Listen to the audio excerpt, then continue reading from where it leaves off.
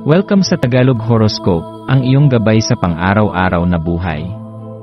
Hatid namin ang pinakadetalyadong horoscope na magsisilbing gabay mo sa pera, trabaho, pag-ibig, kalusugan, at swerte.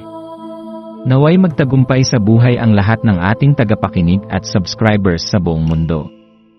Maraming salamat sa pag-subscribe at tanggapin ang siksik, liglig, at umaapaw na biyayang hatid ng Tagalog Horoscope. Ito ang iyong pang-araw-araw na horoscope para sa Sagittarius, para sa Mayo 2, 2025. Ngayong araw ng Mayo 2, tinatawagan ka ng universo upang buong tapang na yakapin ang mga hamon na maaaring sumalubong sa iyong landas.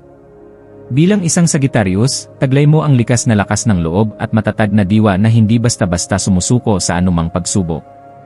Sa araw na ito, mahalagang hayaan mong ang katatagan na ito ang magtulak sa iyong mga iniisip at kilos, ngunit dapat mo ring bigyang pansin kung paano maaaring makaapekto ang pagiging matigas ang ulo sa iyong emosyonal na kalagayan. Sa kabila ng lakas na ito, kinakailangan din ang balanse, ang kakayahang maging bukas sa damdamin, upang hindi ka malunod sa sariling determinasyon at makalimutan ang mas malalim na pangangailangan ng iyong puso. Habang ikaw ay naglalakbay sa mga pagsubok ng buhay, magandang pagnilayan kung paano ka nahubog ng bawat karanasan, mabuti man o mahirap.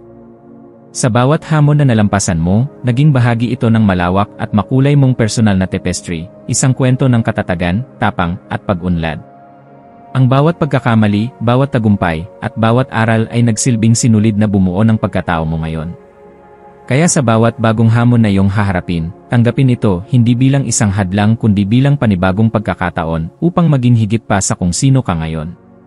Habang inihahanda mo ang iyong sarili para sa isang mahalagang kaganapan na paparating, hayaang ang kagandahan ng araw na ito ay magbigay sa iyo ng inspirasyon. Hindi man perpekto ang lahat ng bagay, ang pagsusumikap at paglalaan ng oras sa iyong mga layunin ay nagtatayo ng pundasyon para sa iyong hinaharap.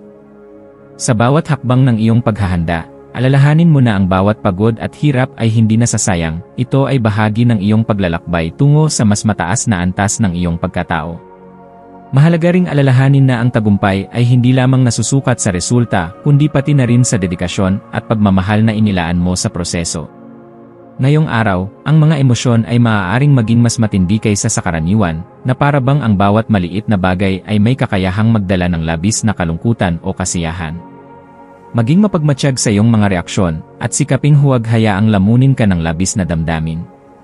Sa halip na itulak ang sarili na lutasin agad ang lahat ng problema, gamit ang iyong tipikal na matibay na determinasyon, subukan mong bigyan ng puwang ang kaunting lambing at pangunawa sa iyong sarili at sa iba.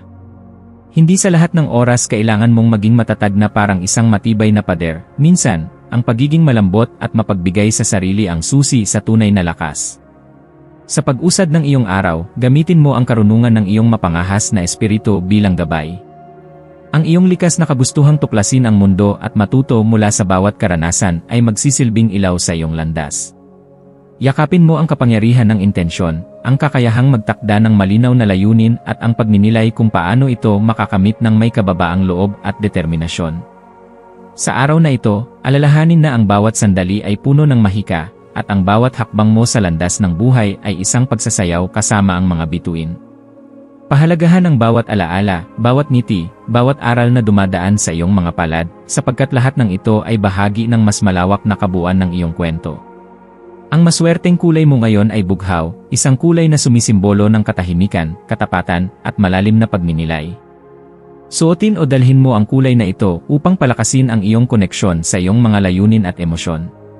Ang maswerteng numero mo ay 5 at 12, mga bilang na nagdadala ng enerhiya ng pagbabago, adaptasyon, at paglago. Ang maswerteng gawain para sa araw na ito ay ang paglalaan ng oras sa pagsulat ng iyong mga saloobin, isang paraan upang maipahayag mo ang iyong mga damdamin at linawin ang iyong mga pangarap at layunin. Maaari ka ring maglaan ng sandali para sa isang tahimik na pagninilay, kung saan babalikan mo ang mga naging karanasan mo, at mula rito ay matututo ka ng mga bagong aral. Ang pinakamahalagang payo para sa iyo ngayong araw ay ito, maging matapang, ngunit maging mapagpakumbaba.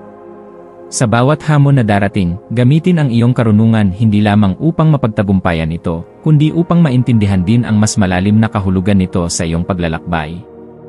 maging bukas sa posibilidad na may mga pagkakataong mas makakabuti ang pag-ayon kaysa paglaban, at may mga pagkakataong ang tunay na tagumpay ay hindi nasusukat sa lakas ng loob lamang kundi sa lalim ng pangunawa.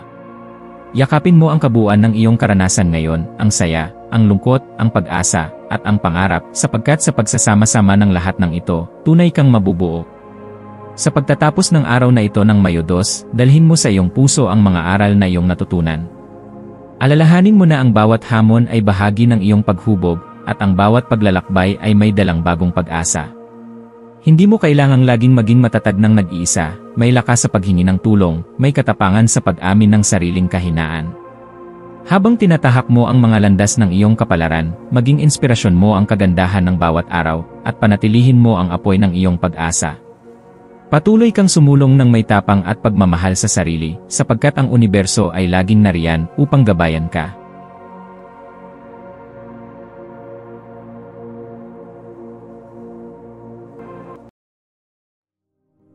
Tayo ay magkaroon ng kaunting sandali upang ipagdasal ang lahat ng mga dalangin ng ating mga subscribers, na sana'y matamo nila ang kanilang mga pinapangarap sa buhay, magandang trabaho, mabuting kalusugan, payapa at masayang pamumuhay, at siksik, liglig at umaapaw na biyaya at kayamanan. Ipinagdarasal namin ng mataimtim ang lahat ng mga komento sa nakaraang video, at hinihiling namin, Panginoon, na pagpalain mo ang ating mga subscribers ng masayang buhay sa mundong ibabaw. Maraming salamat po. Maraming salamat sa panonood ng iyong horoscope ngayon araw. Naway gabayan ka ng mga bituin sa iyong landas. Huwag kalimutang mag-like, share, at subscribe para sa iba pang cosmic na kaalaman. Hanggang sa muli, manatiling konektado sa universo